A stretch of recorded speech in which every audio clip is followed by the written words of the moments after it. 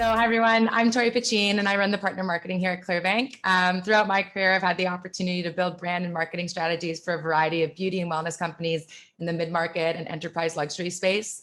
And in my previous role as area marketing for Saks Fifth Avenue, I had the privilege of working with some of the most well-recognized beauty, fragrance, and skincare brands in the world, helping them develop the marketing and strategic partnership programs for Saks Fifth Avenue locations across Canada. A little bit about Clearbanc. So we're the world's largest e-commerce investor and online growth platform. We help online brands grow and scale their business. To date, Clearbanc's invested $1.5 billion into over 4,000 e-commerce and SaaS companies, which we're very proud of. And we funded 8 times more female founders than traditional VC. So we're able to surface between 10,000 to 10 million in growth capital to help founders fund things like marketing expenses or inventory. And we do this on a rev share financing model. So Clearbanc's partner program is a global ecosystem of the world's leading agencies, tech integrations, VCs, platforms, and more that really help our founders grow their business at every stage of the sales funnel. And one of the partners we work with quite closely is Klarna, who are leaders in the buy now, pay later space, especially in beauty and wellness. And I'm thrilled to have them join me for this conversation on how buy now, pay later is changing the beauty industry. So without further ado, I'm going to pass the microphone over to Sindhura Sirakonda from Klarna to introduce herself. Perfect. Thank you, Tori.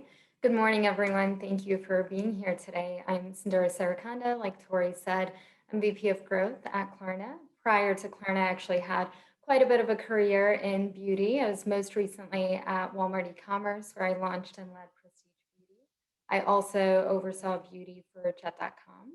Prior to Walmart and Jet, I actually founded my own DTC business and ran that for a few years. From what I hear, we have quite a few founders here with us today, so I will try to be as helpful as I can be. A bit of background on Klarna for those of you that are not familiar with us. Klarna is a leading buy now, pay later payments provider and a shopping experience all in one. Globally, we have about 90 million customers and work with over 250,000 merchants. The US is our fastest growing market. We have about 15 million customers in the US, and we're adding about 1 million new customers every single month.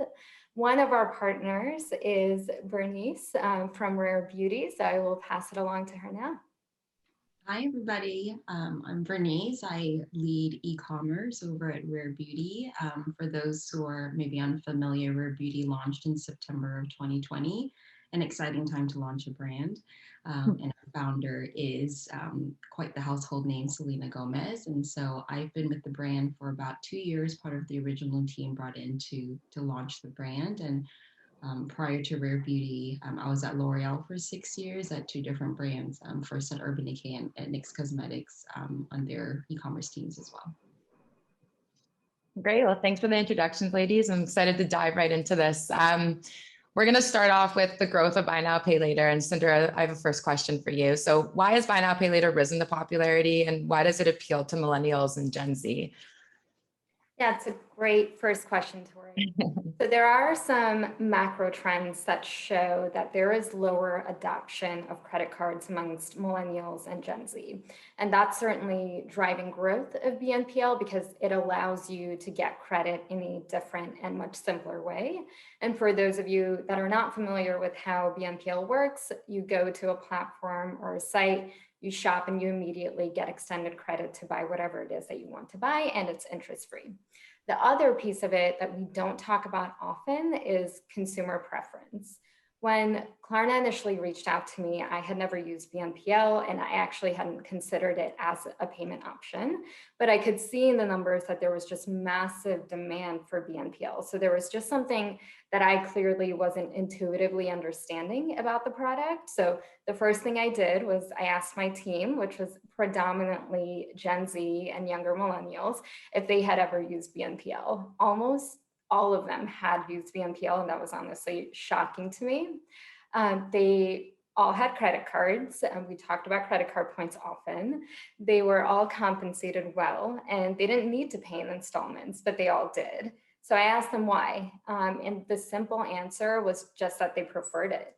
They thought it was much simpler. They loved the app experience. They loved that they could see and track all of their stores and everything that they've shopped in one place. And perhaps most importantly, for the ones that used Klarna, they just identified with the brand, which is a really powerful thing in itself. Imagine identifying with a bank as a brand you want to be associated with. And that's exactly what Klarna was able to do. And that's why it was so appealing to me as a next step in my career. That's so interesting. Yeah. I wonder, Bernice, do you see that from your end too, these same trends?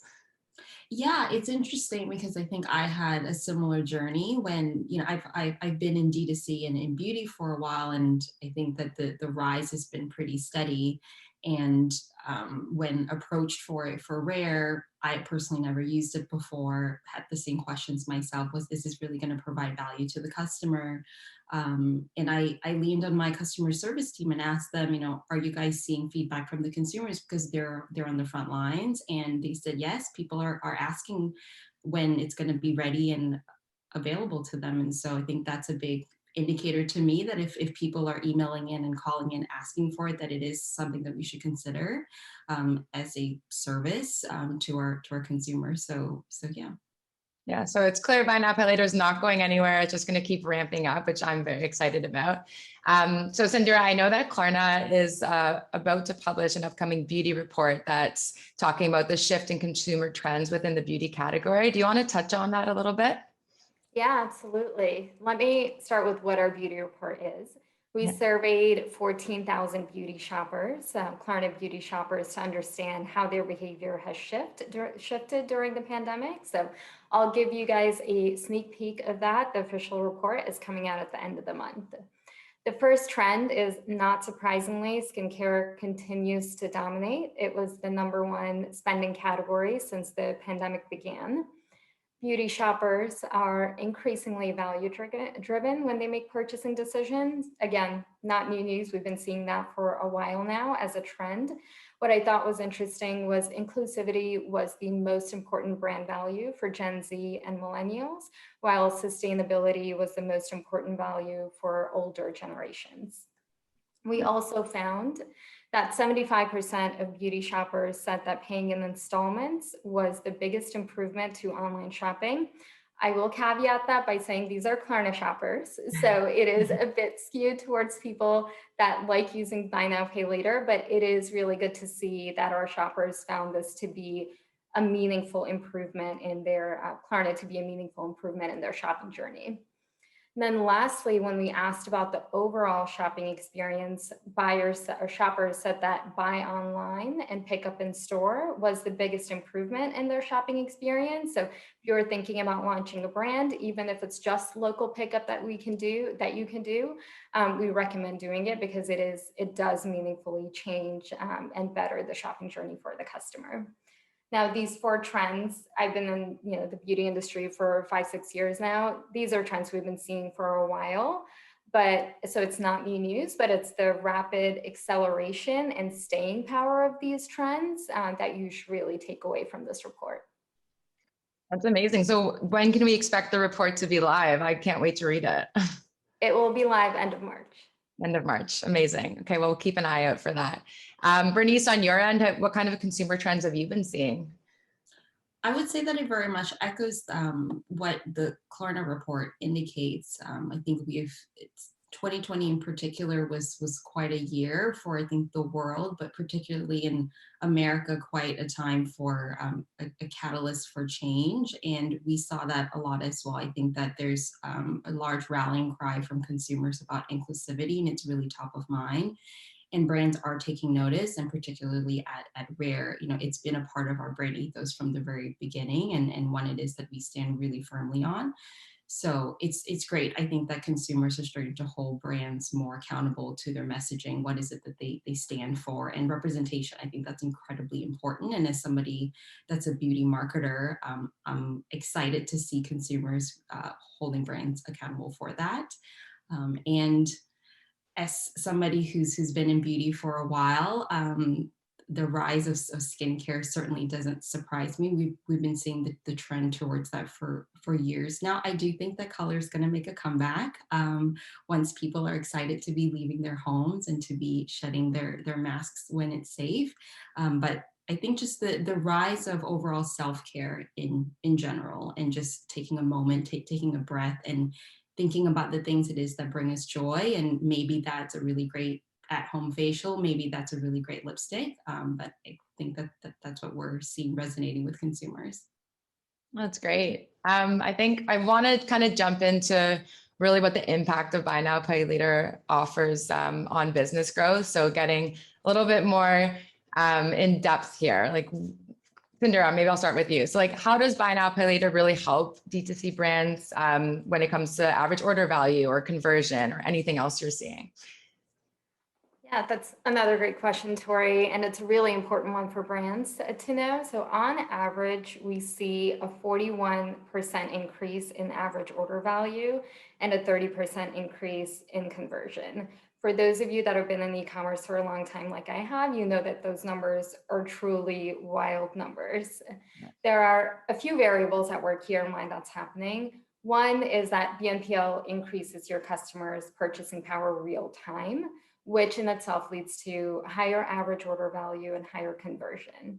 At Klarna, we also have a significant customer base. It's 15 million in the US, 90 million globally, and there's a lot that we do behind the scenes to raise awareness of our brand partners and to essentially drive traffic to them. That leads to an overall increase in sales, as well as the potential to acquire a different kind of customer that may be willing to spend more with your brand.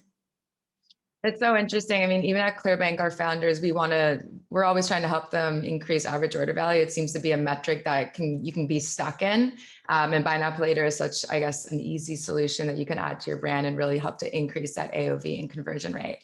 So Bernice, I'm putting you in the hot seat here. What's your experience been like working with Klarna to date? And do you have any interesting metrics that you'd like to share after integrating Klarna with Rare Beauty? Yeah, it's been a really great partnership. We launched in late November, just in time for Black Friday weekend, which was great. And since launch, what it is that we've seen is, in terms of the Klarna average order value versus our blended average order value, the Klarna AOV is consistently about 20% higher, which is great. I mean, the way it is, I think about it for e-commerce, is that your conversion rate and your AOV really should be driven up in parallel. I think that that's what really gives it strength. And so it's great to have a partner that helps us to boost that AOV without us really having to do anything else different. What's particularly interesting as well is when I drill down to the top products, just in general, our top sellers versus the top sellers of Klarna purchases, we have our core A SKUs are certainly mixed in there, but on average, if you look at the kind of top 5 SKUs for Klarna orders versus just an average non-Klarna order, the mix is slightly different. And with the Klarna orders, the average price per item is about 8% higher. And so what we're seeing is that consumers are picking up our core items, but they're also picking up items that are at a higher price point that maybe they would have been a little bit more hesitant to purchase if it was not for BNPL. That's amazing. I love hearing that. It drives into my next question, really, like, how do you choose a payment option provider? I know, Cinderella, we've been starting with you, but maybe Bernice will switch it up. How did you decide what the best Buy Now, Pay Later option was for Rare Beauty? Yeah, I mean, there's certainly competition in this space at this point. And for me, with selecting any partner for any of the brands it is that I've worked at, it's about selecting a partner. And so it's not just about finding a piece of technology to add to our tech stack, turn it on and walk away. It's about finding a long-term partnership that's going to want to work with us, that's going to want to grow with the business, that is really a two-way street. And I found that we really had that with Klarna. It's the partnership team has been great in wanting to understand our business, wanting to understand how it is that they can help. I think that that's been really beneficial. I think that the international reach of Klarna has certainly been really helpful and really attractive, as well, as we are looking into international expansion for 2021 for our D2C business. And I would say that the third piece of it too is the demographic. I mean, Klarna has really carved out a really core audience and a consumer, and that was really appealing to me to be able to kind of cross market that way as well. Yeah, it's great when you like the people you work with, right? Enjoy working with them. Yeah, That's awesome. wonderful. Yeah. Oh, that's great to hear. I guess I'm hearing from some of our panelists, or sorry, from our attendees. So, Daryl, what should merchants look for when selecting the best buy now, pay later options for their business? Yeah, well, everything Bernice just said, certainly. And our team loves working with Rare Beauty as well. So it's a really great partnership. I'll add to that and say just incrementality in general. So not just incremental sales from increases in conversion AOV, but also new customer acquisition should be something you should consider. And then customer awareness of your BNPL partner. Your customer should be aware of that brand and what it means when you put them on your platform. And lastly, fees. Fees are always important, so fees should be part of that consideration. And then if you are a global brand or intend to be a global brand like Rare Beauty, certainly consider the global presence of your BNPL provider. Okay, great. We're getting a lot of questions in the chat, but it kind of leads into my next question. So what's kind of the logistics behind integrating Klarna on your website, and what's the experience like? I can take that.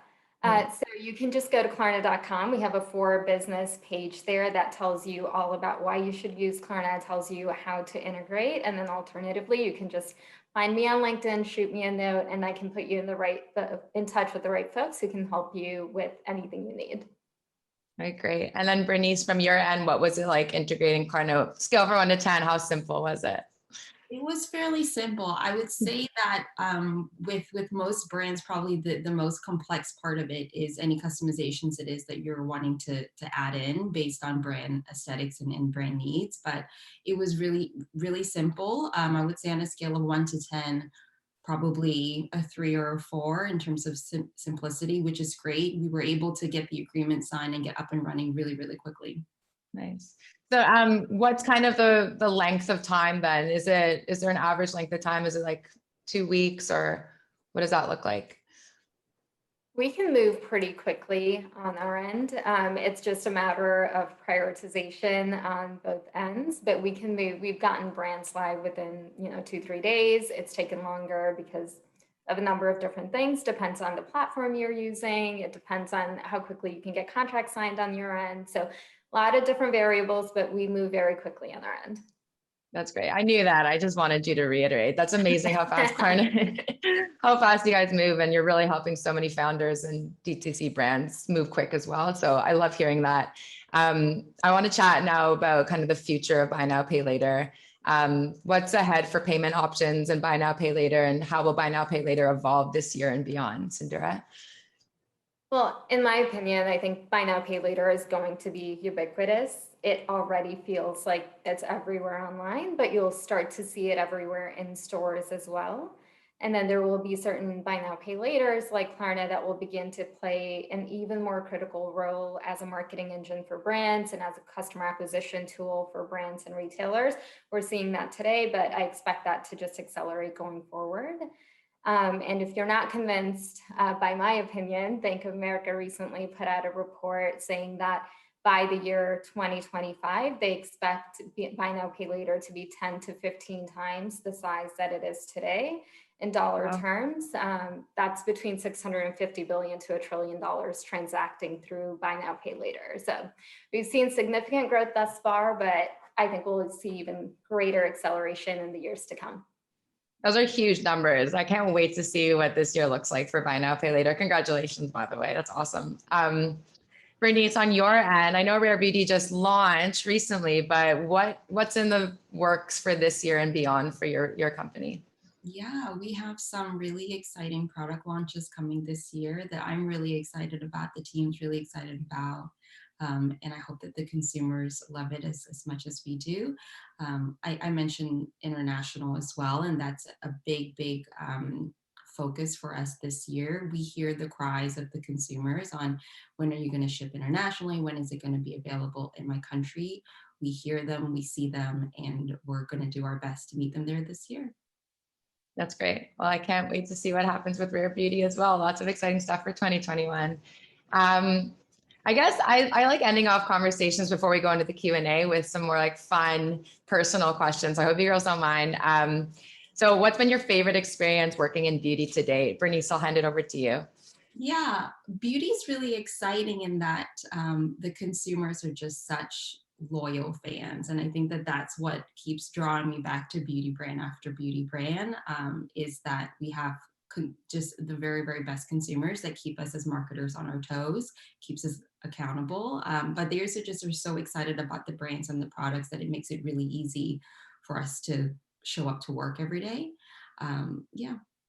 Yeah, no, I think it's what's so interesting about beauty is things change so quickly too. Like you have all your plans for next quarter and then you can just, it pivots really quickly, which is nice because with 2021, everyone's pivoting quite quickly and moving fast, like we talked about. So that's great to hear.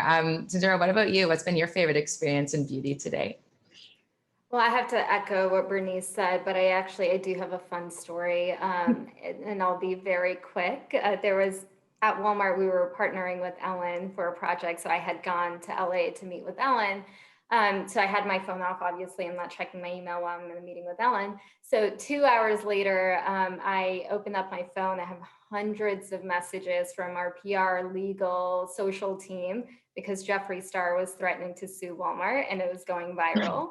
It was one of the most surreal days of my career because it truly was going viral on Twitter. And I was like, I can't believe I just met Ellen and now Jeffree Star is suing us. And it was just such a fun beauty experience and just showed just how powerful beauty customers are as a contingent, and just how loyal they are. Yeah, and you're still working in beauty after that. That's great. Says a lot. This is my favorite question too. The best piece of advice you've ever received in your career. So, Cinderella, I'll let you start. Yeah, it was actually a professor. So not in my career, but I had a professor that said, if something doesn't make sense to you, it probably doesn't make sense and you should question it. It was such an empowering thing to hear, and take for the rest of my career because there are very few people that truly question everything if it doesn't make sense. And it's something that I tell all my teams, even if I ask you to do something, if it doesn't make sense, question it, push back and change it if you can. It's served me well. And it's, I've seen people on my team go and do amazing things and serve them well as well. Great. Bernice, what about you? Yeah, I think for me, it's what it is I strive for is to find rooms to be in where I'm not the smartest person, and that's really easy, particularly at organizations where I've been a part of, such as L'Oreal. So it's about being in rooms where there are people that you can learn a lot from, that you can constantly ask questions of, and to be challenged. I think that you're as good as the team you surround yourself with and the colleagues in which you surround yourself with. And so I think that's also been a huge passion of mine, being in beauty, is having worked with a lot of really great people who are just so talented, so smart, and who have taught me so much. And so I think that's something it is that I personally always strive for, is to surround myself by people who are much smarter than me. That's great advice. I appreciate that. So we have a few questions in the chat. I'm going to try and go through them, but actually one question I have really, so we focus on Gen Z and millennials really taking advantage of buy now, pay later and accelerating that kind of financing. Is it just Gen Z and millennial, or are you seeing it in older demographics? So about 75% of our customer demographic is Gen Z and millennial. So it is predominantly Gen Z and millennial, but we are seeing it essentially grow into other demographics as well. I think it'll take time. It's just a matter of, early adopters generally tend to be younger in tech, and that's what we're seeing. Yeah. Yeah, it's almost like an educational piece. Like I know with my parents, like I need to teach them how to use it, and then they'll be taking advantage of it as much as possible. Yeah, That's great. Go ahead. I think it took older demographic, and for me, for my parents, years before it is that they would purchase online. Whereas for most of us, we've been purchasing online since the very beginning, really. So I think, Gen Z and millennials are just carving the way for the other demographics as well. Yeah, that's amazing. Well, yeah, there's lots going to happen in 2021, and I'm excited for both your brands, Klarna and Rare Beauty, to grow and to watch that journey. I actually have one more question for you, Bernice. So Rare Beauty is sold online. Are you sold other than rarebeauty.com, or is there anywhere else you can access it? Yeah, we're also available at Sephora brick and mortar stores, as well as Sephora.com, also a Klarna partner. Okay, great. Amazing. So those are all my questions today. Do you use anything else that you guys want to touch on? Tons of stuff going on in the comments over here. So hopefully we'll get that afterwards and be able to address them all. But yeah, it was a great conversation. Thank you so much. Yeah. By the way, guys, I'm jumping in here only because Clearbanc has been such an incredible partner. Clara and I have had great conversations with Bernice, your background, and just even getting the personal anecdotes of finding great partners. I just want to give, Tori, you've been such a pleasure to work with. And speaking of great partnerships, there are so many conversations. Obviously, we just did the one with ROI. We have Mana coming on later. So to get that level of relationship building, because these people become, I want to almost say like extended family, right? I mean, you're on text with your partners, you are talking to them on a regular basis. And in some cases, especially an entrepreneurship or entrepreneurial journey, I mean, you're in the hole, you're in the tunnel, from morning to night. I mean, you're getting up sometimes at 5 midnight, Saturdays, Sundays. And so finding the right partner is everything. And and I absolutely have loved working with you guys, and it sounds like you have such a great relationship with Bernice. I just really wanted to give you a shout out, but also too going back into some of the tips too, asking the question of when something doesn't make sense, being fearless in your ability to enter and ask those questions. That is the entrepreneurial journey. So that is what we're talking about, right? Broadly. I mean, at a step-to-step level, when you're doing a workflow and saying like, why do I keep writing the same thing over and over, right? Quite simply, like, should I use a template or something? But at a basic level, right? Like, I use this product, it burns my skin. There's got to be a better way, and being able to ask that question as well, or something like that. That's what everyone here has done. And so just for all the listeners, I know there's a lot of entrepreneurs here today, to keep asking those questions, keep entering the rooms with people like, Klarna and Clearbanc and Bernice from Rare Beauty. And then just, if I can encourage, I see the chat going off, but keep going. Yeah. Chat with each other, add each other on LinkedIn, keep the conversations going. We're not in the same room today. We're here virtually. And, we don't have the opportunity to be, physically next to all these brilliant minds who have been in the trenches. So just text, LinkedIn, chat, find each other, Instagram, DM, slide into the DMs, do what you need to do, but do not walk away from today without making a meaningful connection that you did not already have coming into today. That is my pro tip. With that, I know I jumped in here. You guys are about to shift off, but I just wanted to say thank you again and acknowledge. I think those were such great tips, and this is such a great session. So Tori, thank you so much.